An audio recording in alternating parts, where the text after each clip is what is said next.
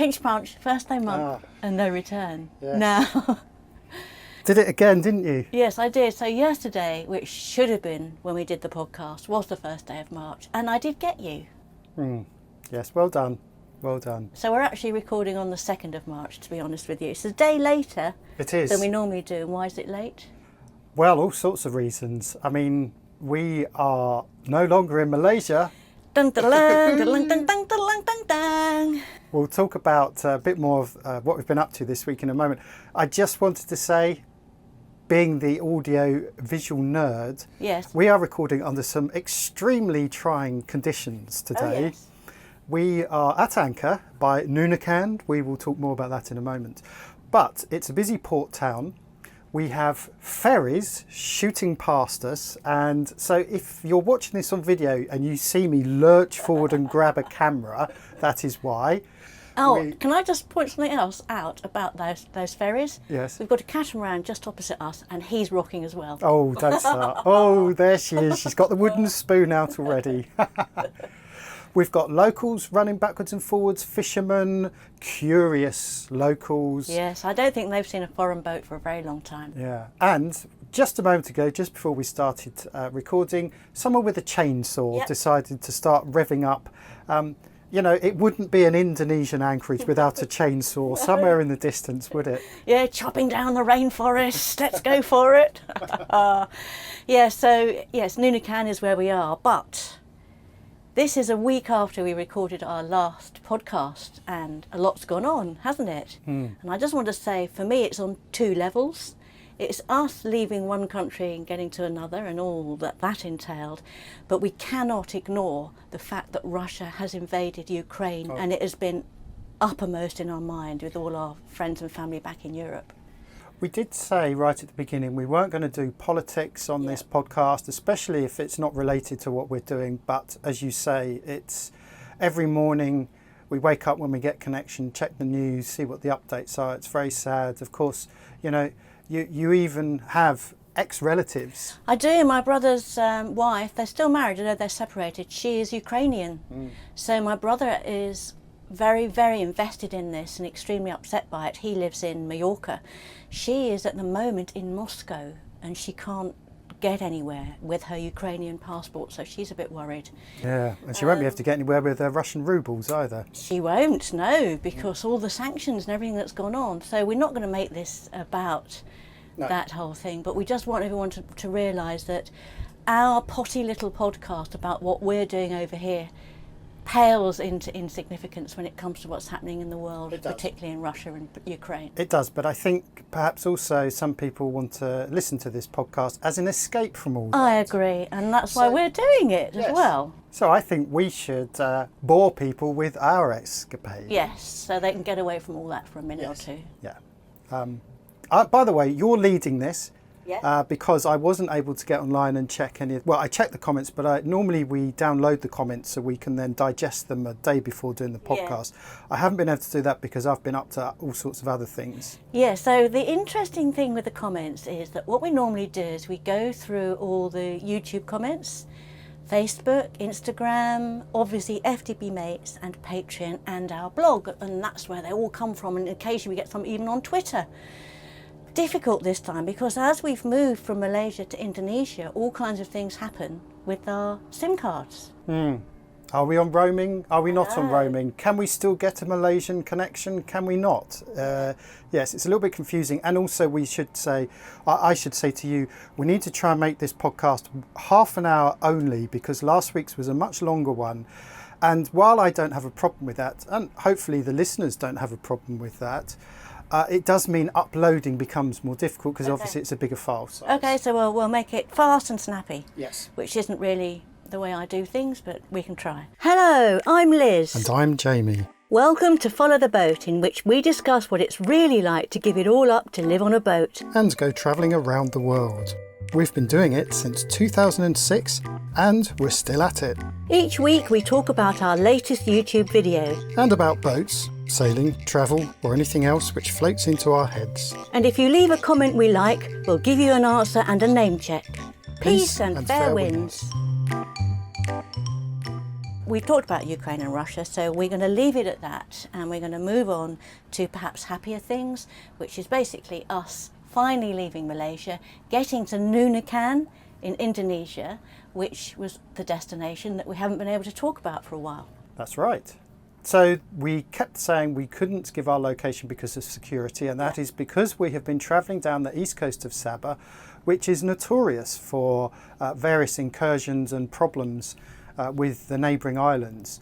And as we have alluded to, we have had ESCOM with us, the Eastern Sabah Security Maritime Organisation, which is a combination of Coast Guard, police, Air Force, Navy, and anyone else who wears a uniform. Yes, they accompanied us the whole way, the entire trip, which we weren't expecting. We knew that we would be giving them our coordinates every day.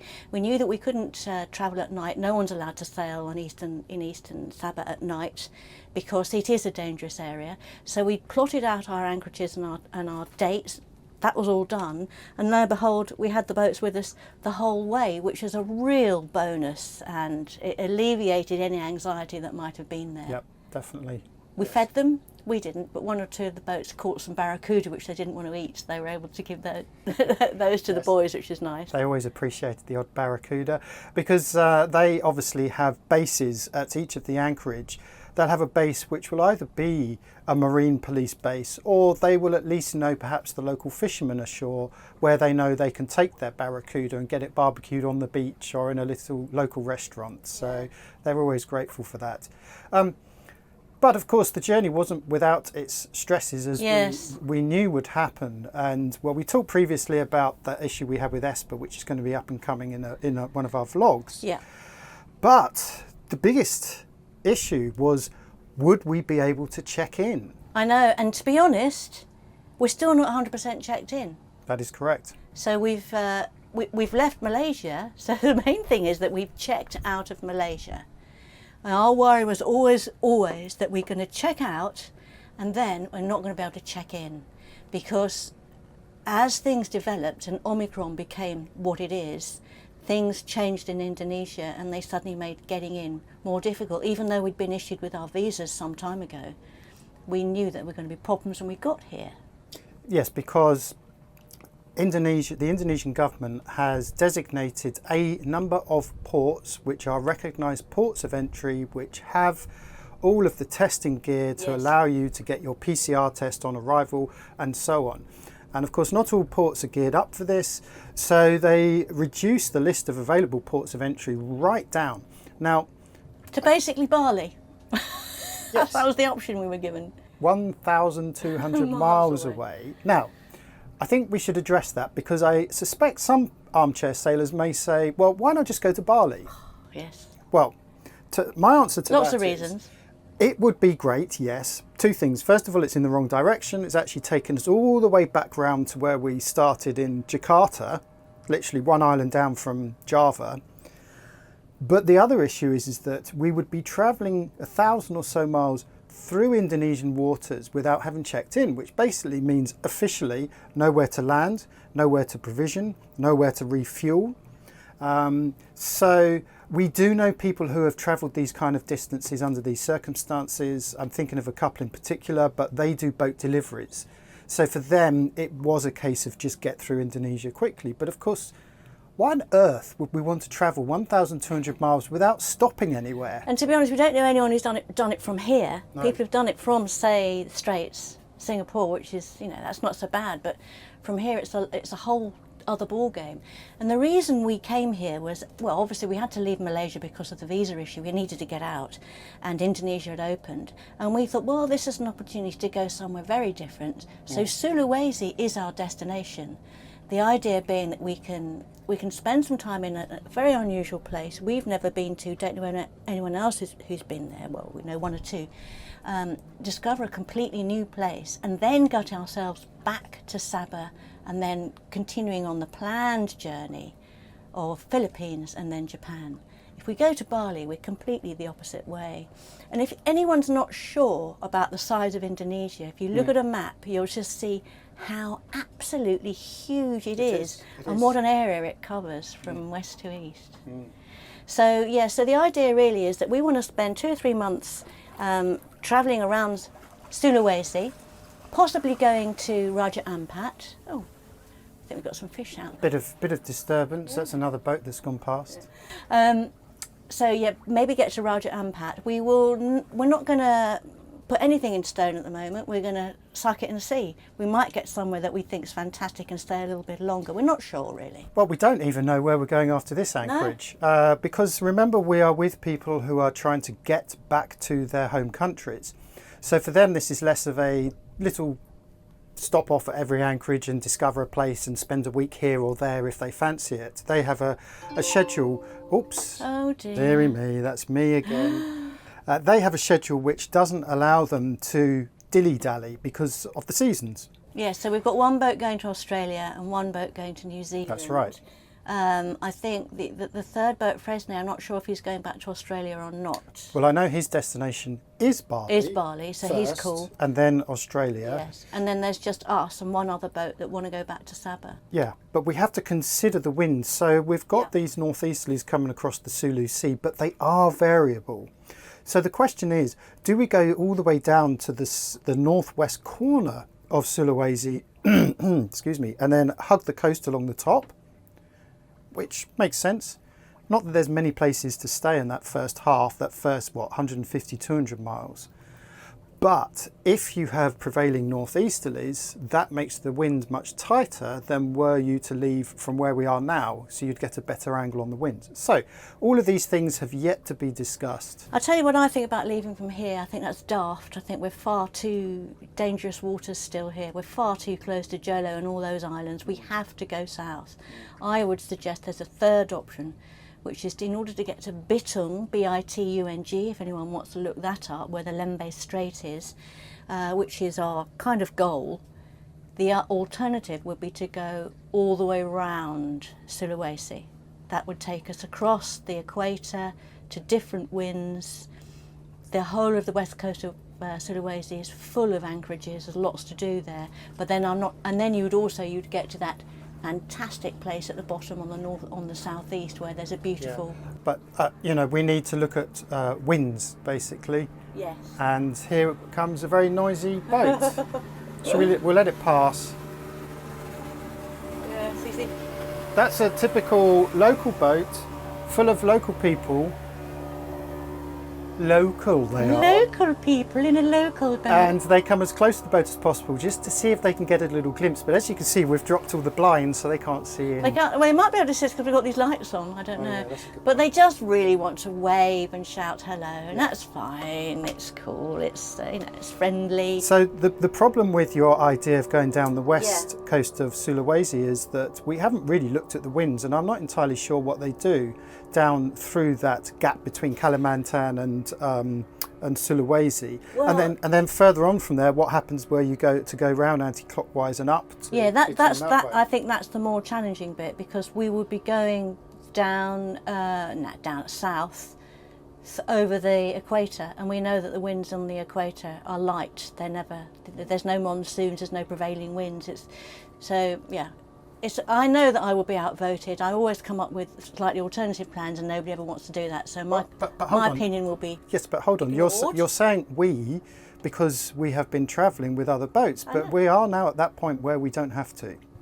Well, I'm glad you think that, because that's what I think. I don't think we necessarily need to keep chugging on just because 2 or 3 boats want to. Yeah. We're now on our own. That's right.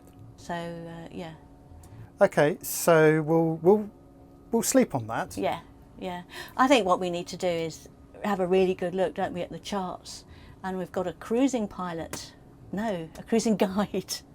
It's both, isn't it? To Indonesia, yeah, so that there'll be some advice in there. And I'll tell you what is in there that's really good. They do show the prevailing winds throughout the year, so that actually will help us. Okay. Yeah.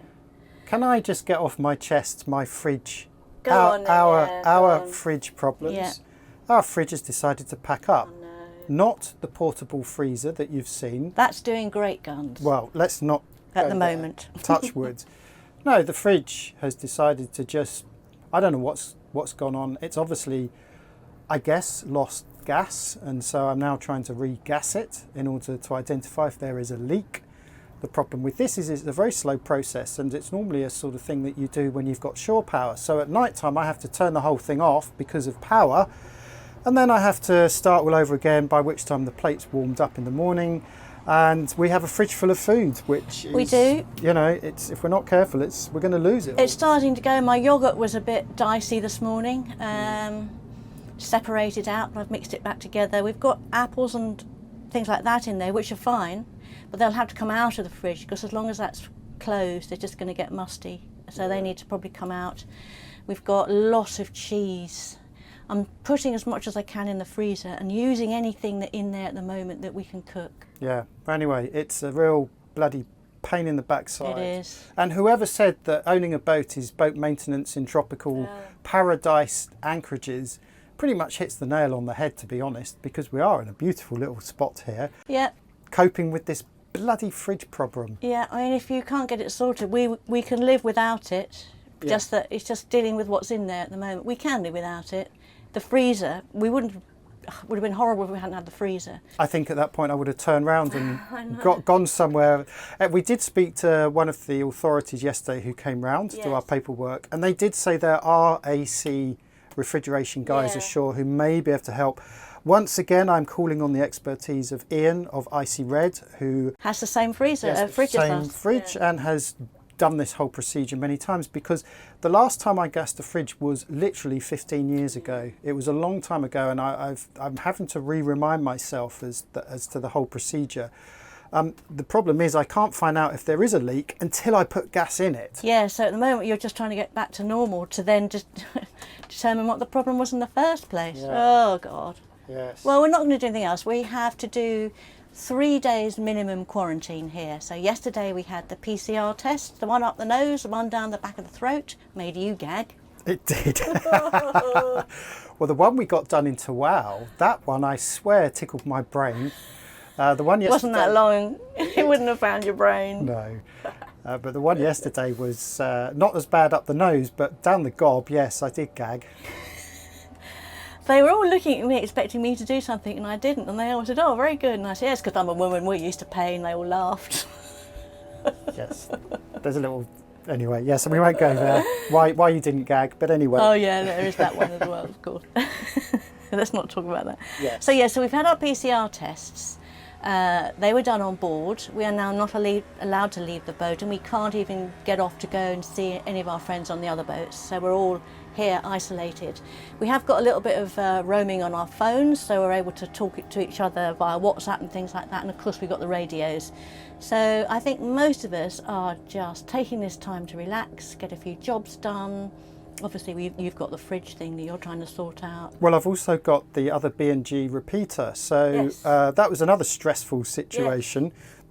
We had to buy another repeater. So the two repeaters, and I think this appears in this coming vlog actually, you'll see them. The LCD in them had gone, and a new one is a princely sum of 500 quid, which is not something we have knocking around, but we decided we definitely needed just to replace one of them. Good old credit cards. Yeah, so we got one shipped from Sarah in Langkawi, who runs a chandlery there, and she was able to get it to Alvin, and that's when the problem started. It kind of... He's in KK, and he had to then get it to Tawau. Tawau, yes. Along with Sue and Ian's big parcel as well. Yeah, well, they've got a VHF and, what was the other thing? Autopilot. Yeah, yeah. Anyway, we did manage to get it in time, but I'm now having to take all the displays out. Yes. And of course, it's a different mount. It's a different backing system, so I've now got to cut out into our little cockpit box to accommodate this new display. So that's another job I've got to get on with. I think you should do that first, because you know how to do that, and it will be great and it will work. We've already, because you already put it together to check it, and it looks great. It does work. So that'd be nice if you get a job like that done and finished, and you're able to. That might cheer you up a bit. Yes. Sorry for interrupting, but while I've got you here, if you like what we do and you want to support us and become a Patreon, or join us on FTB Mates, or even drop a quid in the rum fund, go to followtheboat.com/pub. Of course, come to the pub.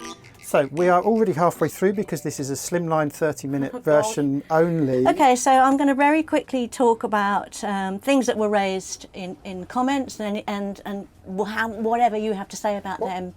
What was the video? I've forgotten. So the one that went out on Sunday night, our Sunday night, was episode 291 called Starting Our New Adventure. Yes. And I was just trying to think how long ago that, because I think we're now quite close to time. Now we're here, but it didn't take that long when we started to get here. It's only 2 or 3 weeks. So our main videos are not that far behind. So yeah, that was all about starting our new adventure. And there were a few comments. Mostly were saying, hooray, great, we're so pleased to see you moving, say da-da-da-da-da-da. But I thought David Brayshaw was quite funny on YouTube. He said, fantastic, I'd almost forgotten this was a sailing channel rather than a lockdown survival channel. So true, David. So yes, so thanks to everybody for all those lovely good luck messages. We really appreciated them. There wasn't much that I particularly wanted to pick up on, but there were a couple of comments on the vacuum sealer. Yep. Do you remember we talked about that and it showed me using it? So the first one, Rialuli on YouTube, the vacuum sealer, something else it's good for is important documents that you don't need to access all the time. If air can't get in, water can't either. It's a good idea, actually. I mean, I suppose in a long passage you could vacuum pack your passports, for example. I think it's a brilliant idea because, you know, on the top shelf in my office I keep quite a lot of our documents, and we've lost so many over the years because that little hatch sometimes doesn't get closed, and I've got a lot of things that have been waterlogged. So I quite like that idea, and I'm going to look into perhaps doing a few things, maybe the passports, but they're usually pretty secure. There's other things, but yeah, I like that idea, thinking outside the box, not just doing it for food. But the one that is really interesting, from Gavin Reynolds, who then followed it up. Sad to see your new vacuum sealer and all the single-use plastic after all your plastic campaigning. Got anything to say on that? Well, the only thing I have to say on that is I know how you responded, which to say it's not single-use plastic. Yeah. We're actually very careful. You can reuse this plastic. So what happens is the machine makes a seal across the top. And if you're very careful, when you open it up, if you cut just beneath that seal, we then wash up the bag when we finish using it, and we can reuse it. Yes. So of course there is that bit of plastic that you've cut off. That will have only been used once. Correct. And I'm a bit ambivalent about this, because I do agree with him that we don't want single-use plastics. It's not good for the planet. I agree with all that. But my point is that plastic itself is not evil. It's the way that we dispose of it. I saw that part of your reply, and I have to say that's a very good point. And it's a point that a lot of people, when we go on about plastic, a lot of people say exactly that. Plastic isn't the issue that per se. I mean, okay, a world without plastic would be nice, but that's never going to happen. It's been invented, and you can't uninvent it, and it's in everything. We do find plastic, reusable Tupperware boxes and what have you, all of that kind of thing, very, very useful. Well, we live in a bloody plastic boat. Well, this is very true. I know. It's a difficult... I think our campaigning is not anti-plastic, it's anti-pollution. Yes. So we see plenty of things in the sea. It is floating past, as we are seeing right now, which are plastic, but they're floating past us here because people have not been educated over here on how to dispose of their plastic. They don't have any garbage trucks, they don't have street bins or anything like that. So in the West, where we would rather stab ourselves and drop a plastic box in the road, that just doesn't exist here. So it's about education as much as anything. And I know you can go on and on and on. You can talk about all the West dumps all its, what they actually do with their plastic. But I don't think it's plastic that's the evil. I think we need to get away from that, and I think we need to work out how the planet is going to survive with plastic. So, yeah, I do take your point. However, vacuum sealing really works for us, and I'm not going to give it up. Yep, point well made. Okay. So really the rest of the episode was just about us starting out, and it was just the feeling of being back on the water and starting that adventure was great, even though we didn't have any wind, but we knew that was going to be the case, because going up that coast of northwest Borneo, northeast to the tip, the wind of course is prevailing northeasterly, so it was going to be on the nose anyway, but just to get out there and wonderful, eh? Yeah, and to go a little bit further than we have been in 2.5 years. That's right. It's really good. Yeah, so we've now got the slowest and noisiest boat in the harbour going past. Actually, he's not too noisy. No, he's having a good old look. He's okay. Bless him. Yes. So on the last podcast, we covered a whole load of different topics. There were lots of things. I just pulled out a few things. Firstly, a few people have commented on the cockpit setup. So this won't mean anything to people who are only listening. But if you're watching, people have talked about the netting, and they have assumed it's bug netting that they're seeing. So here we go, that's Tom Kiefer on YouTube. Looks a long way offshore to have the bug netting up. And then James419 on YouTube. Watching the podcast this evening, it looks as if you're on a studio set. The background is still and perfect with back projecting on the netting. John Dawes on Patreon. What is the black mesh around the cockpit? For bugs? Shade? Did you already cover this in a video? And am I late to the game? Well, John, actually, no, you didn't miss anything, because we never really discussed it, did we? No. So when we got the Dodger made, we employed the services of a highly sought after machinist who specialised in blinds and what have you for boats. This was in Thailand, in Phuket, wasn't it? Yeah. So for those who are watching, and we won't bore the people who are just listening, but we have this rail that runs all the way around, and this allows us to run these various blinds through the rails and hold them in place. They are sunshades, effectively. It's entirely for sun, and they are brilliant. They do a great job. They're black. And they have 90% shade, which means they keep out 90% of the light. When you watch these videos with these, so we've got two spots on inside, which is why it's so bright for us. It gives this strange projection because you can still see outside, but as one of those commenters pointed out, it almost looks like it's superimposed. Yeah, it does. And this isn't quite as pretty as last week's, but yeah, you can probably see all of this, can't you? This cloudscape. This was never intentional, but it's actually worked out really well. But the point is, with these shades, we don't have them drop down like this. No, I think particularly the back one is the important one to say. So the one that's shielding the backdrop here is normally straight out. It's just a continuation of the ceiling. So we wouldn't never normally have it drop down like this. And that's just to provide cover, A, for the person at the binnacle, at the helm, but also in the afternoons when the sun drops down like this, we can actually drop this down, and it acts as a good shade for late afternoons. The ones on the side are always pinned at a 45-degree angle and tied to the guardrail. So yes, that's what they are, but they've actually worked out quite well for this little studio. Yeah, so it's for the purposes of filming that we have them all drop down. Yeah. And didn't somebody ask you actually about the camera setup as well? Because that's kind of part of the cockpit, isn't it? Yeah, so we've got the GH5, my favourite camera. We've got a Sony A7C. These are the two mirrorless cameras that are looking at us too. But then we have a couple of GoPros, these are really just as backup. And these mirrorless cameras have stabilization, but of course you turn them off when they're mounted on the tripods, because if you have the stabilization on and a boat goes past, we will look as if we're doing moving backwards and forwards. So anyway, that's the camera setup. Okay, so that's great. So sorry people listening, we just thought we'd better explain that, because there are plenty of people that watch as well.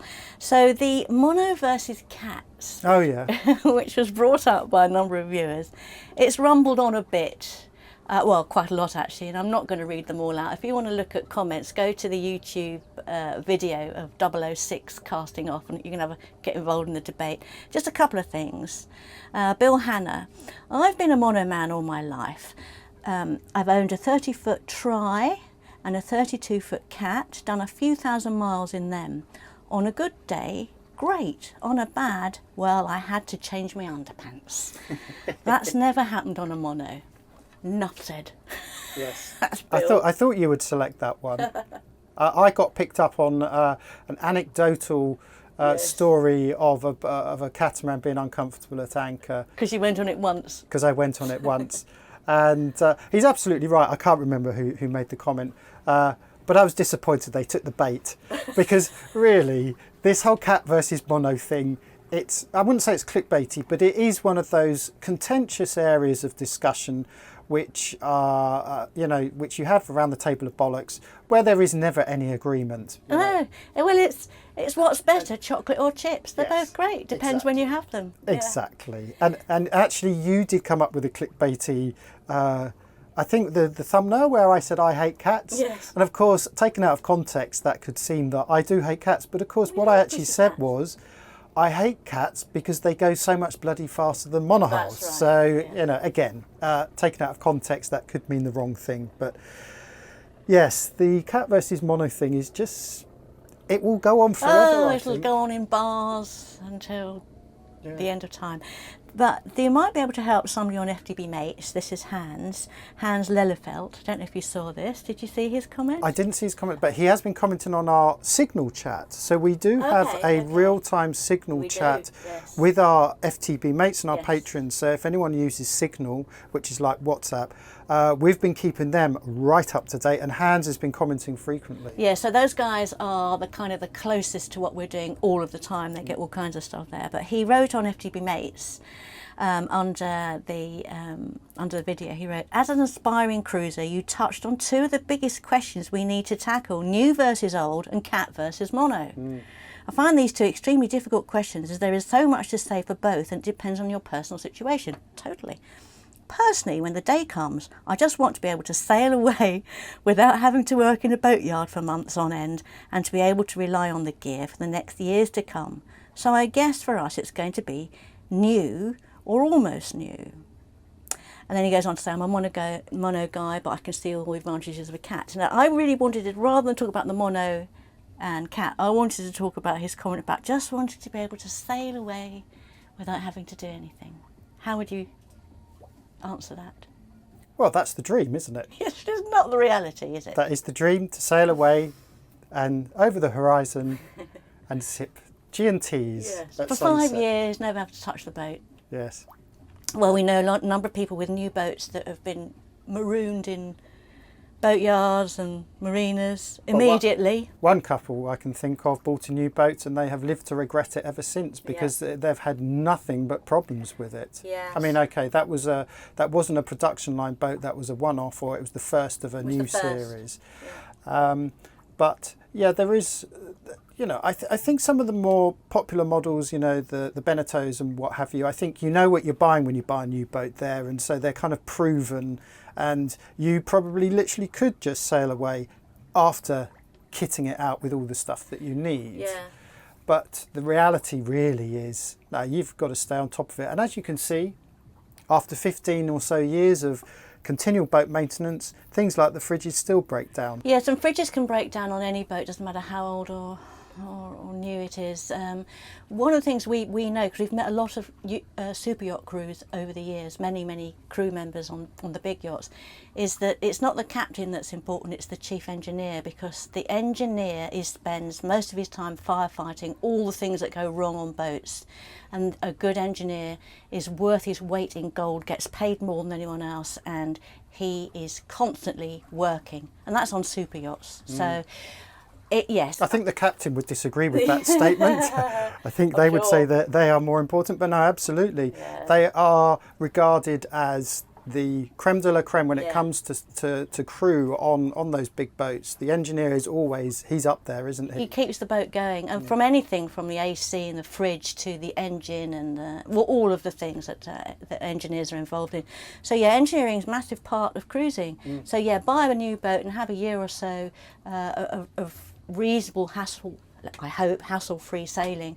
Remember, of course, you do really need to haul it out perhaps once a year to check the bottom and to check all your fittings, but do keep the maintenance going, no matter how old or young your boat is. And your point, about the Beneteau, Marion on Patreon, Marion Stoneman, she's also looking to buy, and I noticed a slightly larger version of our Beneteau on your Sabah rally, and they headed back to Australia afterwards. Would you recommend buying something designed for blue water, or do you think this kind of boat is okay for cruising? What would you say? Well, I think the armchair sailors and even myself, I will admit, earlier on would have said blue water cruiser for offshore passages, because let's face it, they are more comfortable offshore in heavy weather. Esper doesn't really get going until we've got 12 knots plus, and when she's in 20 or 30 knots, she's happy as. So there is that side of the argument. But I think Marion's referring to Jason and Lee, who joined us, who returned to Australia, and Jason and Lee proved that a fast, lightweight boat like a Beneteau can get you places far more quickly than we can move, and that they can do it quite safely. Now, how their boat performs in heavier seas, perhaps it's more skittish, doesn't matter, but they're hitting double figures. They're hitting 10, 12 knots, whereas we would be hitting 8 knots. So in that respect, you could sail around the world in a bathtub as long as you were happy. Yes, yes, that's right. But it's the big ocean crossings, the really like the Pacific or the Atlantic, where you start to think, oh, maybe I should have a blue water. That's when you need the blue water, I think. And I think that's why people... You buy the boat defensively for the worst possible conditions. This is true, but how much of your time is spent cruising offshore and how much of it is spent going up and down the coast? I mean, with hindsight, maybe we should have got a motor sailor. We're doing so much bloody motoring around Southeast Asia. So, yeah, I think if you were to...